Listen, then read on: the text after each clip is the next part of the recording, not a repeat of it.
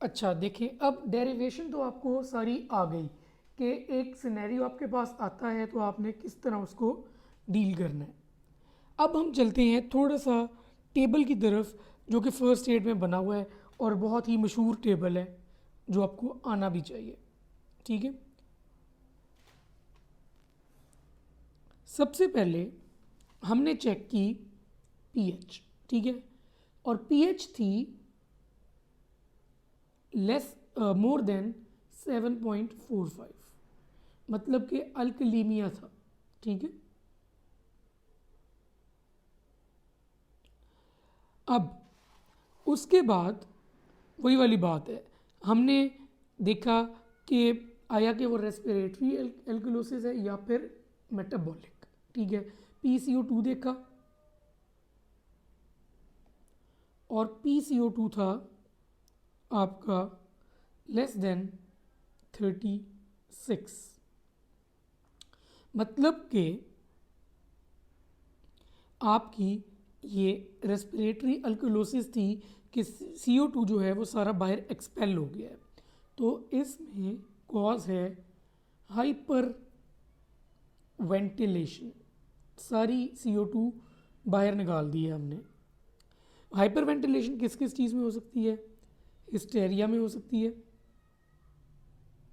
जब हाइपोक्सीमिया होता है, हाई एल्टीट्यूड पे जाते हैं तब इंसान स्पीड से सांस लेता है। ठीक है, अर्ली सैलिसाइलेट पॉइजनिंग। ठीक है,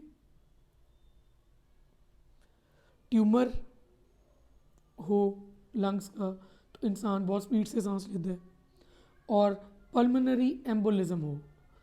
ठीक है, तो ये आपकी होगी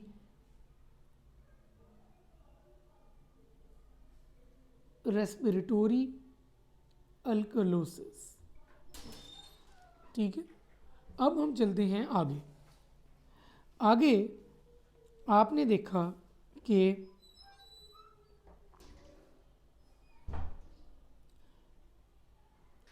रेस्पिरेटरी अल्कलोसिस तो हो गया ना, अब चलते हैं रेस्पिरेटरी मेटाबॉलिक अल्कलोसिस की तरफ। मेटाबॉलिक अल्कलोसिस में आपने देखा बाइकार्बोनेट का लेवल। बाइकार्बोनेट लेवल जो था वो मोर देन 28 था। ठीक है, तो ये हो गई आपकी मेटाबॉलिक अल्कलोसिस, मतलब कि आपका जो किडनी है उसका कोई मसला है, वो फंक्शन ठीक नहीं कर रहा। ठीक है, या फिर आपके बॉडी से जो एसिड है वो सारा बाहर निकल गया, तो मेटाबॉलिक अल्कलोसिस हो जाएगी। अब इसकी रीजंस आप देख सकते हैं क्या हो सकती हैं। एक तो है लूप डायोरेटिक्स। ठीक है, लूप डायोरेटिक्स, ये डायोरेटिक्स वाले लेक्चर में आप देखेंगे कि उसमें ये जिक्र है इसका। ठीक है, वॉमिटिंग हो सकती है। जब वॉमिटिंग होगी ना, ठीक है, तो वॉमिटिंग में आपका जो स्टमक एसिड है वो बाहर निकल गया, तो पीछे क्या सेट इन हो जाएगा? अल्कोलोसिस। ठीक है, एंट एसिड यूज में एंट एसिड का भी यही मैकेनिज्म है। ठीक है, और हाइपर एल्डोस्टेरोनिज्म, एल्डोस्टेरॉन जब ज़्यादा होगा। एल्डोस्टेरॉन आपको पता है कि एल्डोस्टेरॉन जो है वो बेसिकली सोडियम जो है वो रिटेन कर रहा होता है और पोटेशियम और हाइड्रोजन जो है वो निकाल रहा होता है। ठीक है, हाइड्रोजन आयंस जब ज़्यादा निकल जाएंगे बॉडी से तो फिर क्या होगा? अल्कोलोसिस। यही बात है मेटाबॉलिक अल्कोलोसिस। तो आपका ये वाला पोर्शन तो उस टेबल का हो गया ख़त्म। अब हम चलते हैं दूसरे पोर्शन की तरफ उस टेबल के। अगर पीएच है लेस देन 7.35, इसका मतलब क्या हुआ? एसिडोसिस है। ठीक है, तो एसिडीमिया। अब एसिडीमिया भी या एसिडोसिस भी आपकी दो तरह की है, एक है मेटाबॉलिक, एक है रेस्पिरेटरी। ठीक है, पहले डिस्कस कर लेते हैं आप रेस्पिरेटरी एसिडोसिस। जब आपने PCO2 देखा तो PCO2 ज़्यादा था, मोर देन 44 था। इसका मतलब कि CO2 की रिटेंशन है। CO2 की रिटेंशन है, आप पूरी तरह बाहर नहीं निकाल सक रहे, सांस अंदर ही रह जाती है CO2। तो हाइपोवेंटिलेशन में आपकी सेट इन हो जाएगी रेस्पिरेटोरी एसिडोसिस। ठीक है। अच्छा, अब हाइपोवेंटिलेशन किस किस केस में होगी, ये इंपॉर्टेंट चीज़ है। देखिए, एक तो ऐसी कोई भी चीज़ जिसकी वजह से आपकी एक्सपिरेशन अफेक्ट हो। ठीक है। ऑब्स्ट्रक्टिव लंग डिजीजेस में, सब में हाइपोवेंटिलेशन हो सकती है। ठीक है। क्रॉनिक लंग डिजीज़ में आपकी हाइपोवेंटिलेशन हो सकती है। एयरवे ऑब्स्ट्रक्शन में हाइपोवेंटिलेशन होगी। ठीक है। कोई ऐसी चीज़ जो रेस्पिरेटरी सेंटर को इनहिबिट कर दे। ठीक है।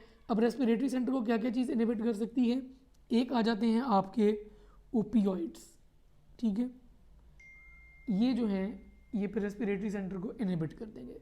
और आखिरी चीज़ जो आपने याद रखनी है, कोई भी ऐसी चीज़ जो वीकन कर दे आपके रेस्पिरेटरी मसल्स को। इसमें इंपॉर्टेंट जो है ना, आपके पास आ जाता है GBS, जिसको जियाबारी सिंड्रोम कहते हैं। ठीक है। मायस्थीनिया में भी अल्टीमेटली ऐसे हो जाता है, मतलब कि जो भी चीज़ आपके रेस्पिरेटरी मसल्स को वीक करेगी, एक्सपिरेशन उसमें कम होगी और हाइपोवेंटिलेशन होगी और रेस्पिरेटरी एसिडोसिस सेट इन हो जाएगी। फिर चलते हैं हम मेटाबॉलिक एसिडोसिस की तरफ। मेटाबॉलिक एसिडोसिस का मतलब है कि आपके अंदर जो बाइकार्बोनेट लेवल है, ठीक है, वो लेस देन 20 है। ठीक है। अब ये अगली स्लाइड जो है वो सिर्फ और सिर्फ मेटाबॉलिक एसिडोसिस के ऊपर होगी। अब एनायनिक गैप है क्या, बहुत इंपॉर्टेंट है एनायन गैप। लोगों ने इस पर बहुत डिस्कशन की हुई है हमारे फेसबुक ग्रुप्स पे। ठीक है।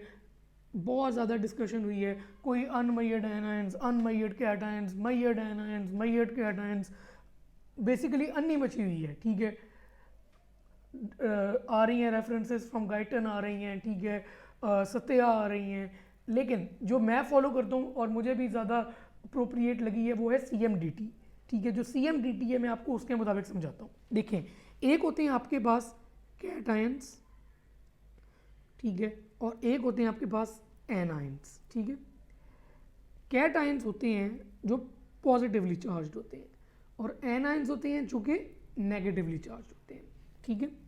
अब अगर मैं ये बना रहा हूँ ECF, नॉर्मली कैटायंस इक्वल होते हैं एनायंस के। ठीक है। अब होता क्या है कि जब हम मेजर करते हैं इन्हें, ठीक है, तो जो हमारे हैं सोडियम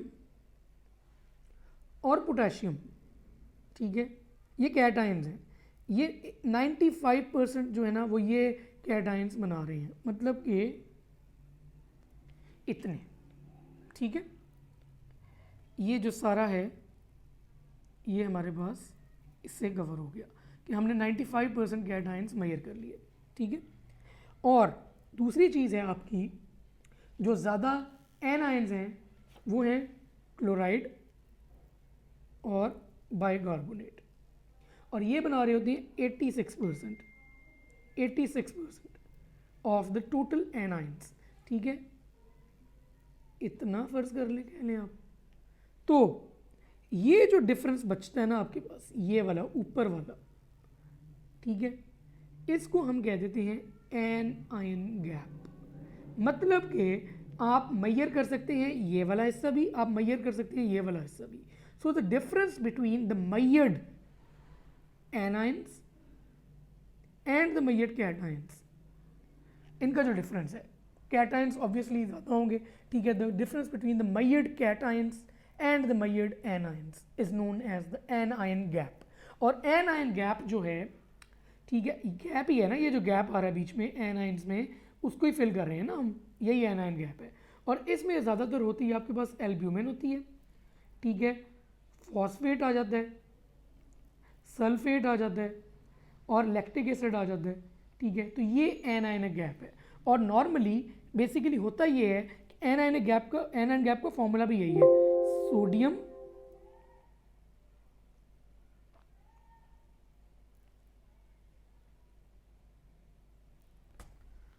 सोडियम की concentration plus potassium minus bicarbonate plus chloride.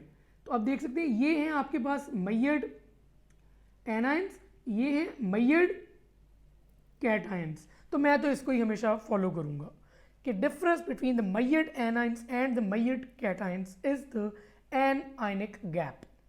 Simple, कोई इसमें मुश्किल काम नहीं है।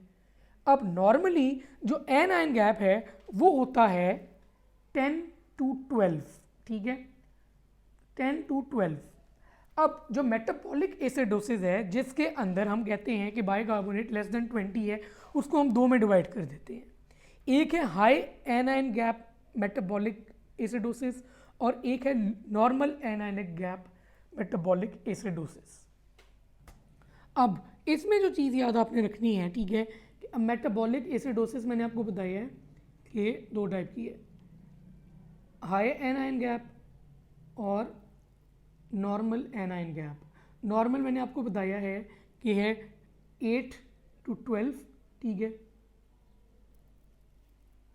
और जो हाई एनायन गैप है मतलब कि 12 से ऊपर हो तो उसको हम हाई एनायन गैप कह देंगे। इसका निमोनिक है एक, ठीक है, आप उसमें बस सिंपल निमोनिक याद रख लें, mud Biles, MUDPILES, mud Biles, ठीक है। M से आ गया मैथनॉल फॉर्मिक एसिड, ठीक है, U से आ गया यूरेमिया, D से आ गया आपके पास डायबिटिक कीटो एसिडोसिस, P से आ गया आपके पास प्रोपाइलीन ग्लाइकोल, ठीक है, ये आपको रट्टे मार लें तो बेहतर है, इसकी अब हर की डिटेल है वैसे तो पूरी, ठीक है। I से आ जाता है आपके पास आइसोनियाजिड या आयरन टैबलेट्स, ठीक है। उसके अलावा L से आ जाता है लैक्टिक एसिडोसिस, ठीक है। E से आ जाता है आपके पास इथाइलिन ग्लाइकोल, ठीक है, ये ऑक्सैलिक एसिड बनाता है ना आगे। और S से आ जाता है आपके पास सैलिसाइलेट्स में लेट पॉइजनिंग, सैलिसाइलेट्स की लेट पॉइजनिंग, ये बहुत इंपॉर्टेंट है क्योंकि सैलिसाइलेट्स की मैंने आपको बताया कि सैलिसाइलेट्स की अर्ली पॉइजनिंग में रेस्पिरेटरी अल्कोलोसिस है, सैलिसाइलेट्स की लेट पॉइजनिंग में high anionic gap metabolic acidosis है, ठीक है। अब आ जाता है normal anionic gap. Normal anionic gap का जो उसने निमोनिक बनाया हुआ है वो है हार्ड एस, ठीक है। हाइपर एलिमेंटेशन आ जाता है पहला, फिर एडिसन डिजीज, ये आपको डिटेल पढ़ाई जाएगी एंडो में, ठीक है। रीनल ट्यूबुलर एसिडोसिस, ठीक है, इसमें बस आप यही याद रख लें कि ये RTA इसमें आता है, इसकी डिटेल मैं आपको पढ़ा दूंगा अगर आप कहते हैं, आप फेसबुक ग्रुप पे पोस्ट करते हैं, अगर आप चाहते हैं फिर भी इसको समझना मैं समझा दूंगा, लेकिन इतना इंपॉर्टेंट नहीं है ये हमारे FCPS के लिए, ठीक है। D से आ जाता है डायरिया, फिर एसीटाजोलामाइड, मैंने आपको बताया था कि अभी आप आगे सुनेंगे भी लेक्चर डायरेटिक्स का, उसमें एसीटाजोलामाइड पूरी डिटेल में है कि वो एसिडोसिस करवाता है, इसके नाम से पता लगता है, एसीडाजोलामाइड से याद रख लें, ठीक है। फिर स्पाइरोनोलैक्टोन और सेलाइन इन्फ्यूजन, ठीक है। तो ये निमोनिक आप पूरे का पूरा उधर से देख सकते हैं, लेकिन जो इसमें सबसे इंपॉर्टेंट तरीन चीज़ थी ना वो है एनायन गैप। अगर आपको वो समझ आ गया तो आपकी ज़िंदगी आसान हो गई है। अब यहाँ पे हमारा एसिड बेस्ड डिसऑर्डर्स वाला पोर्शन ख़त्म हो रहा है इस चीज़ में।